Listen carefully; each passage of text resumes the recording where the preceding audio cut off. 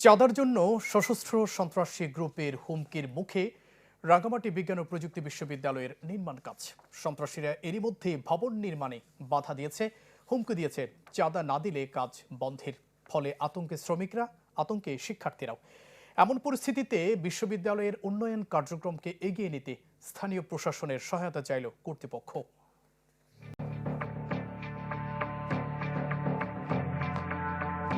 Close circuit ক্যামেরার ফুটেজে দেখা যায় বৃহস্পতিবার রাঙ্গামাটি বিজ্ঞান ও প্রযুক্তি বিশ্ববিদ্যালয়ের ক্যাম্পাসে প্রবেশ করে 7-8 জনের একটি সশস্ত্র দল।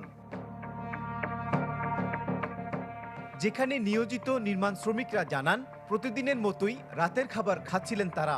এমন সময় দুর্বৃত্তরা ভারী অস্ত্র নিয়ে তাদের শেডে প্রবেশ করে বুকে অস্ত্র ঠেকিয়ে মোবাইল কেড়ে নেয় এবং নির্মাণ কাজ বন্ধ রাখতে হুমকি দেয়।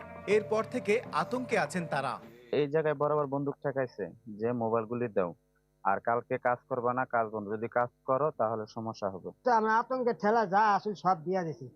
এরকম হলে তো আমরা এই জায়গায় কাজ করতাম না, আমরা এসে গরিব। ক্যাম্পাসে অস্ত্র নিয়ে এমন মহড়ায় নিজেদের আতঙ্কের কথা জানালেন শিক্ষার্থীরাও। আমাদের শিক্ষার্থীর জন্য এটা একটা হুমকি স্বরূপ যে ক্যাম্পাসে কোনো নিরাপত্তা নাই।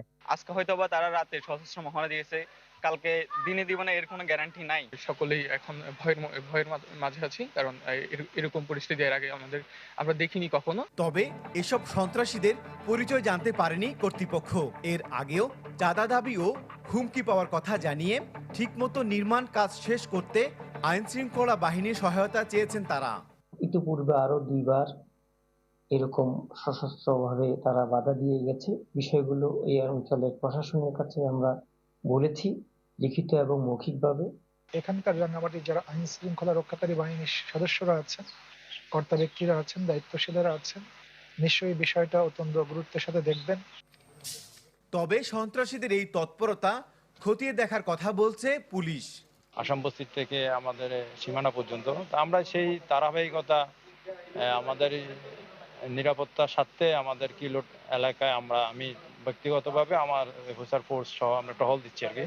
রাঙ্গামাটি বিজ্ঞান ও প্রযুক্তি বিশ্ববিদ্যালয়ের স্থায়ী ক্যাম্পাস, একাডেমি ভবন ও শিক্ষার্থীদের হোস্টেলের জন্য 4টি ভবনের নির্মাণ কাজ চলছে, যার ব্যয় ধরা হয়েছে প্রায় 62 কোটি টাকা।